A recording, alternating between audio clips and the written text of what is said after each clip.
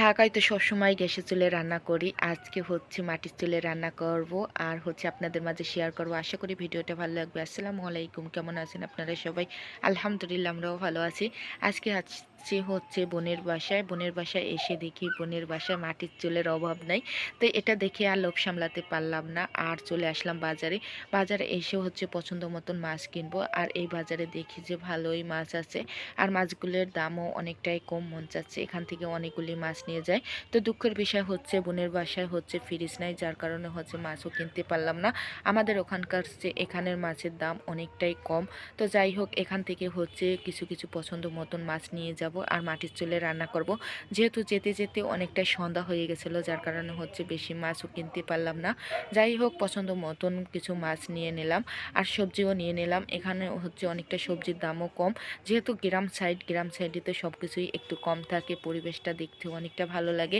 এটাই হচ্ছে। তো এক বাজারের থেকে হচ্ছে অন্য বাজারে চলে আসলাম। এখানে বাজারের অভাব নাই, আবার মাছেরও অভাব নাই। তো এখানে এসে দেখি যে না, মাছ এখানে হচ্ছে অনেকটা কম আছে। তো আমরা হচ্ছে কই মাছটা খুঁজতেছি, এই কই মাছটা এই বাজারে তো নাই। তো এখান থেকে হচ্ছে আবার আমরা ফিরে যাব। তো এখানে হচ্ছে বেশি সাগরের মাছ, যার কারণে হচ্ছে এখান থেকে মাছ নেওয়া হয় না। আর এই যে অল্প করে হচ্ছে কই মাছ, তো আমরা চাচ্ছিলাম যে একটু বড় দেখে একটু কই মাছ নেওয়ার জন্য। যাই হোক বাজার করা শেষ, এখন চলে আসলাম মাংসের দোকানে। মাংসের দোকানে এসে হচ্ছে মাংসটাও নিয়ে নেব। তো এখানে হচ্ছে মাংসের দামটাও আর একটু কম আছে, যেহেতু গ্রাম সাইড আগেই বলে নিয়েছিলাম। গ্রাম সাইডে থাকে হচ্ছে শান্তি, আবার হচ্ছে খেয়েও শান্তি। সব কিছু টাটকা টাটকা পাওয়া যায়, এদিকতে হচ্ছে ভালো লাগে। তো যাই হোক এখানে যাই দেখি তাই হচ্ছে অনেকটাই ভালো লাগতেছে। যেহেতু বোনের বাসায় কখনো আসিনি, এই ফার্স্ট টাইম আসলাম। আর এসে এই নিজে হাতে বাজার করা, তারপরে হচ্ছে রান্না করা, খাওয়ার অনুভূতিটাও অন্যরকম লাগে। তো আসার সময় হচ্ছে বাজার করে আসার সময় হচ্ছে আমরা অনেক খাবারও নিয়ে আসছিলাম। তো এই যে জিলাপি আনছিলাম, আলুর চপ, পেঁয়াজু, তারপরে হচ্ছে পেয়ারা। তো এগুলি এনে হচ্ছে কাটাকাটি করে খাওয়া শুরু করতেছি, যেহেতু এসেই হচ্ছে আমরা বাজারে চলে গেছি। আর আইসেই হচ্ছে এখন এগুলি নামিয়ে হচ্ছে খাওয়া শুরু করে দিছি, অনেকটা ক্ষুধা লাগছে বাজার করতে করতে। তো যার কারণে হচ্ছে আমরা এসে এগুলি খাওয়া আর হচ্ছে যা বাজার করে নিয়ে আসছি সেটাও আপনাদের মাঝে শেয়ার করব, কি কি আজকে আনছি আর কি কি রান্না করব মাটির চুলায়। যাই হোক এখন হচ্ছে বের করব আস্তে আস্তে করে। এই যে মাংস আনছি, তারপরে হচ্ছে পাবদা মাছ আনছি, তারপরে হচ্ছে ছোট ওই যে ট্যাংরা মাছগুলি আছে এটা আনছি। আর কই মাছ বিশেষ করে পাইনি, তো ওটা আর আনিনি। ভাবলাম যে আপুর বাসায় হচ্ছে ফ্রিজও নাই, এত মাছ নিলে পরে রাখতেও পারবো না। এদিকটা কাটাকাটি করতেছে আপু, পুরো হচ্ছে ঘরটা মাখিয়ে ফেলছি কাটাকাটি করে আর সবজি দিয়ে। যেহেতু আপুর বাসায় হচ্ছে আর সব ধরনের সবজিও নিয়ে আসছি। আর শীতের সবজি তো খেতে অনেকটাই ভালো লাগে, যার কারণে হচ্ছে একটু বেশি করে সবজি নিয়ে আসছি। বোনকে বললাম যে বোন তুই একটু পছন্দ মতন হচ্ছে রান্না কর। বলতেছে না আজকে তুই রান্না করবি, আমি তো সবসময় মাটির চুলে রান্না করি, তুই তো রান্না করিস না, আজকে তুই আমাকে রান্না করে খাওয়াবি। তো আমি ভাবলাম কি যে হ্যাঁ আমি রান্না করে খাওয়াবো, তুই আচ্ছা কেটে কুটে দে। আর হচ্ছে ওর বটিটা এতটাই ছোট, যার কারণে হচ্ছে আমি কাটতে পারিনি। তো ও হচ্ছে আমাকে কেটে দিচ্ছে আস্তে আস্তে করে। আর আমি বলতেছি যে ওই কাটে, আর এই ফাঁকে হচ্ছে আমি একটু খেয়ে নই। আমি আর অনেকটাই, আমার পেটটা ঠান্ডা থাকলে পর আমার মনটাও অনেকটা ভালো থাকে। আমার পেটে একদম ক্ষুধা লাগলে পর আমি একদমই সহ্য করতে পারি না। যাই হোক আমাদের কাটা ধোয়া সব কিছুই হয়ে গেছে। এখন হচ্ছে আপুই মা খাইয়ে এখন রান্না করবি বলে দিছে। দিয়ে হচ্ছে আমার মতন করে আমি মাংসটা রান্না করে দেখি সেখানে অনেকটাই ভালো লাগবে। তো ও হচ্ছে প্রথম হচ্ছে মাংসটা ভালো মতন ধুয়ে হচ্ছে তারপর পানি নিংড়েই হচ্ছে পাতিলের ভিতরে নিয়ে নিচ্ছে। তারপরে এর ভিতরে হচ্ছে টমেটো দিয়েছে, এলাচ, দারচিনি, তেজপাতা, রসুন বাটা, পেঁয়াজ বাটা যা আছে সবই আলহামদুলিল্লাহ দিছে। আমি তো অত কিছু দেই না। তারপরে আবার দেখি যে ও আস্ত রসুন দিছে, পেঁয়াজ দিছে, তারপরে হচ্ছে লবণ দিয়ে এখন হচ্ছে তেল দেবে, তেল দিয়ে হচ্ছে হাতের সাহায্যে এইভাবেই মাখিয়ে নেবে। তো আমি হচ্ছে একবারে বাটা মশলা দিলে পারা আর হচ্ছে আস্ত মশলা দেই না। ও দেখি যে আবার আস্ত মশলা দিছে। ও বলতেছে দে, এইভাবে গরুর মাংস রান্না করলে পরে অনেকটাই ভালো লাগে। আর আমি কখনোই হচ্ছে টমেটো দিয়ে গরুর মাংস কখনোই রান্না করে খাইনি। ওর কাছ থেকেই দেখে হচ্ছে অবাক হয়ে যাচ্ছি। যাই হোক ও একদিকে হচ্ছে রান্নাটা চড়িয়ে দিয়ে আসছে, আমি আর যেতে পারিনি, যেহেতু রিফান বাবু অনেকটাই কান্নাকাটি করতেছে। এখন অনেকটাই ক্ষুধাও লাগছে, এখন বলতেছে তুই খাওয়া শুরু করে।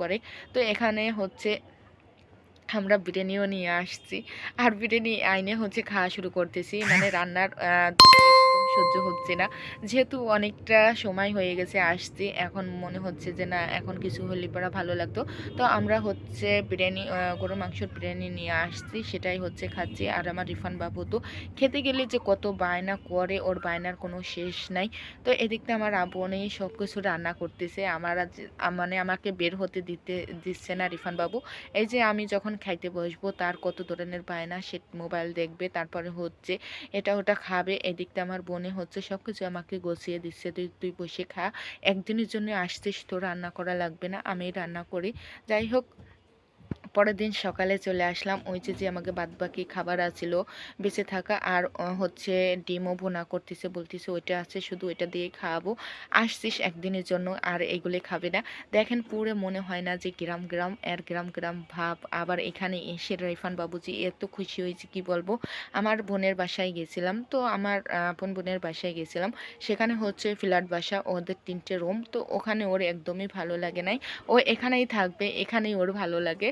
তো এখানে এই মাটির চুলা দেখে আপনাদের কেমন লাগছে অবশ্যই কমেন্টে জানাবেন। আমার কাছে কিন্তু খুবই ভালো লাগছে।